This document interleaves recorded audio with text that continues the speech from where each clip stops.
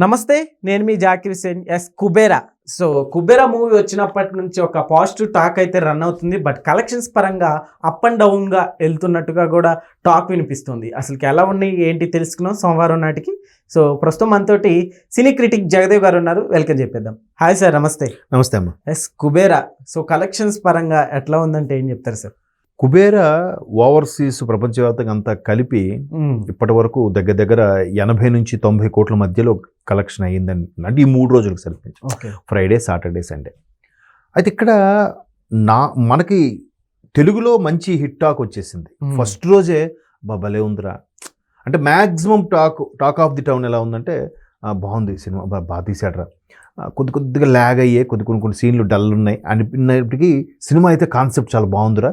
అంటే ఒక మెసేజ్ ఓరియంటెడ్దే దాన్ని ఇంత కమర్షియల్గా బాగా చూపించగలిగారు.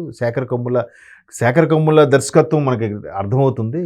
ఆయన క్లీన్ అండ్ ప్లెయిన్ ప్రజెంటేషన్నే ఇక్కడ ఇస్తూ ఒక కమర్షియల్ ఎలిమెంట్తో చూపించడం అనేది చాలా బాగుందని టాక్ వచ్చింది.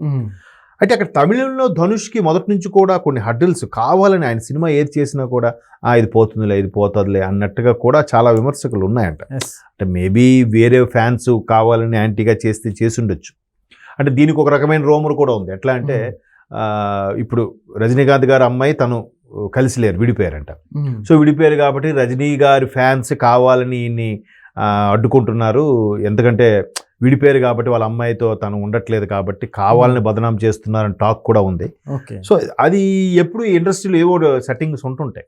బట్ ఈ యాక్షన్ పరంగా ఇక్కడ ఈ సీన్లో బాగా చేయలేదు, ఇక్కడ బాగాలేదు, ఇక్కడ ఏంట్రా పెర్ఫార్మెన్స్ అని ఎంచడానికి కూడా లేదంట, అంత బాగా చేశాడు. అవును, నాగార్జున గారు కూడా యాక్చువల్లీ ఆయనకి ఇచ్చిన ఎలివేషన్స్ కావచ్చు. అంటే నాగార్జున గారు నేను సినిమా రిలీజ్ అవ్వక ముందే ఒక మాట చెప్పాను, నాగార్జున గారు అంత సీనియర్ యాక్టర్ కాబట్టి శేఖర్ కమ్ముల గారు అతను దృష్టిలో పెట్టుకుని రాశాడేమో, ఆ సీన్ బ్యాలెన్స్ చేయడం, సినిమాని నిలబెట్టి అలా బ్యాలెన్స్ గా ఉంచింది నాగార్జున గారు. సార్ అట్లా ఇప్పుడు మూవీలో నాగార్జున గారిని చంపేయడం కొంచెం ప్లస్ అయింది మైనస్ అయింది అంటుగా అంటున్నారు. సో ఏం చెప్తారు? అదే అంటే సినిమాలో చూడండి, నేను అదే అంటున్నాను. ఇక్కడ ధనుష్ క్యారెక్టర్ దేవానే చూస్తున్నారు, అక్కడ నాగార్జున గారిని దీపక్ గానే చూస్తున్నారు. అక్కడ మీకు అర్థమవుతుందా? నాగార్జున గారు ఎంత బాగా బ్యాలెన్స్ చేశాడంటే, ఆయన బ్యాలెన్స్ అయిపోతే సినిమా లేదు. ధనుష్ ఎంత బాగా చేయొచ్చు, బట్ ఆ టర్నింగ్స్ లోన కొన్ని కీ పొజిషన్ లోన మనం మొత్తం మాట్లాడుకుంటే సినిమా చూసే వాళ్ళకి ఇబ్బందిగా ఉంటుంది, వాళ్ళు చెప్పుకోవద్దు. సో అట్లా నాగార్జున గారు బ్యాలెన్స్ చేయబట్టి, నాగార్జున గారు ఇక్కడ ఆల్రెడీ సూపర్ స్టార్ కాబట్టి, ఎందుకంటే చిరంజీవి గారు కూడా ఒక మాట చెప్పారు, అంటే ఆ గడ్డాలు హెయిర్ చెరిగిపోయినట్టుగా గడ్డంతో కలజోడుతూ, అంటే ఫ్రస్ట్రేట్ అయిపోయి విసిగిపోయిన ఒక వ్యక్తి ఇంకెలా ఉంటాడు? నీట్ డ్రెస్ చేసుకోవాలి, ఇలా ఉండాలి, అలా చేయాలని ఉండదు, ప్రశాంతంగా భోజనం చేయాలని లేదు, ఆ ఫ్రస్ట్రేటెడ్ పర్సన్ లాగే ఉన్నాడు ఆయన. ఆయన చూసి చిరంజీవి గారికే కలిగిందంట, నేను కూడా ఇంకెలాంటి క్యారెక్టర్స్ వైపు వెళ్ళిపోవాలి, లేదు హీరోగానే చేస్తానని కాకుండా. అంటే ఎంత మంచి కాంప్లిమెంట్ అది. చిరంజీవి గారు హీరోగా వరుస, ఇప్పుడు అనిల్ రావుపూడితో సినిమా ఉంది, తర్వాత వశిష్ఠతో ఒక సినిమా ఉంది, అయినప్పటికీ కూడా ఆయన ఆ స్టేట్మెంట్ ఇచ్చాడంటే నాగార్జున గారు ఎంత మంచి క్యారెక్టర్. అయితే ఇప్పుడు దీనికి పోటీగా తెలుగు, తమిళ్, హిందీకి తీశారు. హిందీలో బాగానే ఓపెనింగ్స్ వచ్చాయి. దీనికి పోటీగా సితారా జమీన్ పర్ ఉంది, అమీర్ ఖాన్, బాలీవుడ్ సూపర్ స్టార్. ఢిల్లీ, కొన్ని మెయిన్ సిటీస్లో, డెహ్రాడూను, ఢిల్లీ, లక్నో అలాంటి సిటీస్లో ఆక్యుపెన్సీ పరంగా సితారే జమీన్ పర్తో పోటీగానే దీనికి కూడా ఆక్యుపోయింది. ఎందుకు? నాగార్జున అనే వ్యక్తి ఎప్పటి నుంచో సుపరిచితుడు బాలీవుడ్లో కూడా. ఈవెన్ ధనుష్ కూడా కొన్ని వెబ్ సిరీస్ చేశారు కాబట్టి ధనుష్ కూడా అబ్బా మంచి యాక్టర్ అని తెలుసు. అండ్ మోర్ ఓవర్ మీరు సోనీ లాంటి కొన్ని మూవీస్ ఛానల్స్ ఉన్నాయి, వాటిలో ప్రతి సౌత్ సినిమా డబ్ అయిపోయి వెళ్ళిపోతుంది హిందీలో, వాళ్ళు అక్కడ డబ్ చేసుకుంటారు ఎంతో రైట్స్ కొనేసి. సో వీళ్ళందరూ సుపరిచితులు అయిపోయారు. ఇకపోతే రష్మిక ఆల్రెడీ పాన్ ఇండియా మూవీస్లో ఉన్నారు కాబట్టి, ఏది యానిమల్, పుష్ప, చావా వీటిలో. సో వాళ్ళ సినిమా లాగే హక్కును చేర్చుకున్నప్పుడు సితారే జమీన్ పర్ కన్నా కొన్ని సెంటర్లో దీనికే కలెక్షన్స్ ఎక్కువ ఉన్నాయి. చూడండి మరి.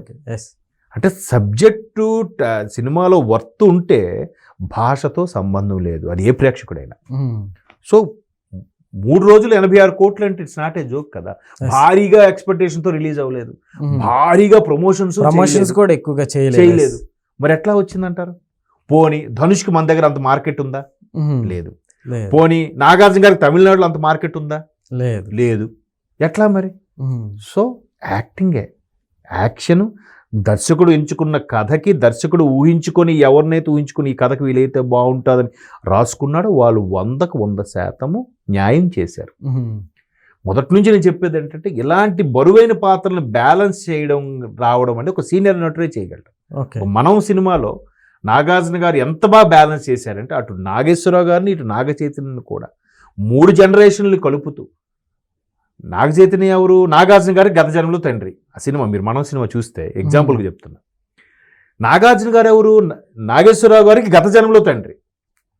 ఆ మూడింటి బ్యాలెన్స్ చేస్తూ చాలా చక్కగా చేయగలిగాడు కదా నాగార్జున. దట్ ఈస్ సీనియర్ నటుడికి ఉన్న లక్షణం అది నాగార్జున గారు. సో ఇప్పుడు రేపు కూలీలో కూడా విలన్ గా చేయబోతున్నాను కూడా టాక్ ఉంది.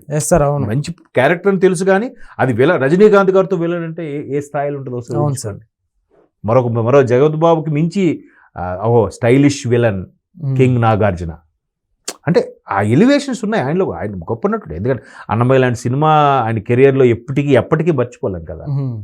సో అలాగ చూస్తే సితారే జమీన్ పర్ కన్నా ఇంకోటి సితారే జమీన్ పర్కి మంచి టాక్ లేదు అక్కడ. ఏదో భావోద్వేగాలు అన్నట్టుగా ఉంది తప్ప తారే జమీన్ పరకు వచ్చినంత హైప్ అయితే దీనికి రాలే. పైగా ఎంత సోషల్ మీడియా ఉన్నప్పటికీ కూడా ఎందుకో అమీర్ ఖాన్ గారి సినిమా దీంతో పోటీ పడలేకపోతుంది అనేది వాస్తవం. అంటే మరలా కూడా ఒక సౌతోడు నార్త్ లో జెండా పాతినట్టే కదా. పుష్పతో సౌతోడు తగ్గేదేలని ప్రూవ్ చేశాడు, బాహుబలితో రాజమౌళి ప్రూవ్ చేశాడు, అని కేజీఎఫ్ తో ప్రశాంత్ని ప్రూవ్ చేశాడు. ఇంకేం కావాలి? మరలా మన సౌత్ వాళ్ళ సినిమాలు వాళ్ళకి ఆధారం అవుతున్నాయని కూడా ఒక టాక్ ఉంది. ఎస్ సార్, అట్లానే 2-3 వీక్స్ లో కూడా పెద్ద సినిమాలు ఏమి లేకపోవడం కూడా సినిమా కలిసి వచ్చిందని చెప్పాలి కదా. ఏమండి, పెద్ద సినిమాలు ఉన్నా లేకపోయినా సినిమాలో వర్త్ ఉంటే, సినిమాలో సబ్జెక్ట్ ఉంటే, సినిమాలో డెప్త్ ఉంటే ఎన్ని సినిమాలు ఉన్నా ఆడుతుంది. ఆ మధ్యకాలంలో పేర్లు చెప్పను కానీ ఒక పెద్ద సినిమా వచ్చింది, ఒక చిన్న సినిమా వచ్చింది. పెద్ద సినిమా పోయింది, చిన్న సినిమా ఆడింది. ఒక సూపర్ స్టార్ సినిమా వచ్చింది సరిగ్గా 6 months బ్యాక్, పేరు చెప్పను ఎందుకు మళ్ళీ వాళ్ళ మనోభావాలు దెబ్బతింటే. అంటే అక్కడ మరి ప్రేక్షకుడికి ఎవడైనా కత్తిపెట్టి బెదిరించగలడా? ఇది పెద్ద హీరో సినిమా, నువ్వు దీనికి పోతున్నావు అని అనగలడా ఆవిడ? సినిమా బాగుంటే అది. అందుకే అన్నాను, సినిమా పెద్ద సినిమా అంటే నా దృష్టిలో హిట్ సినిమా, చిన్న సినిమా అంటే నా దృష్టిలో ఫ్లాప్ సినిమా. కానీ ఇప్పుడు ఎలా అయిపోయింది, పెద్ద పెద్ద హీరోలు పెద్ద బడ్జెట్లో తీసిన పెద్ద సినిమాలు, చిన్న బడ్జెట్లో చిన్న క్యారెక్టర్, చిన్న అప్కమింగ్ హీరోలు తీసింది చిన్న సినిమా అన్నట్టుగా మాట్లాడుకుంటున్నారు. నా దృష్టిలో అది కాదు. ఎందుకంటే కేర్ ఆఫ్ కంచరపాలెము, కమిటీ కుర్రోలు, ఇలాంటి కొన్ని సినిమాలు అక్కడ ఇంత స్టార్డమ్ ఏముందో అక్కడ, పెద్ద ఖర్చు కూడా లేదు. ఎలా ఆడాయి, ఎంత మన్నన పొందాయి, ఎంత రీచ్ అయ్యాయి కదా. కాబట్టి కుబేరా సినిమా కమర్షియల్ ఎలిమెంట్స్తో పాటు ఒక 2 సూపర్ స్టార్ని మల్టీ స్టార్గా పెట్టి తీయడం అనేది, దాని తగ్గట్టుగా ప్రేక్షకులు కూడా ఒకసారి దర్శకుడు మంచి సబ్జెక్ట్ అనుకుంటాడు, అది ప్రేక్షకులకి సరిగ్గా కనెక్ట్ అయ్యేలా తీయగలడం కూడా టాలెంటే. ఏమాత్రం మిస్ప్లేస్ అయిందా, సబ్జెక్ట్ మంచిదే, లాభం ఏంటి? కాబట్టి ఇది మరొకసారి నార్త్లో కూడా జెండా పాతింది, బాక్స్ ఆఫీస్ని బదులు కొడుతుంది. All the best, congratulations to Kubera team. Okay sir, thank you.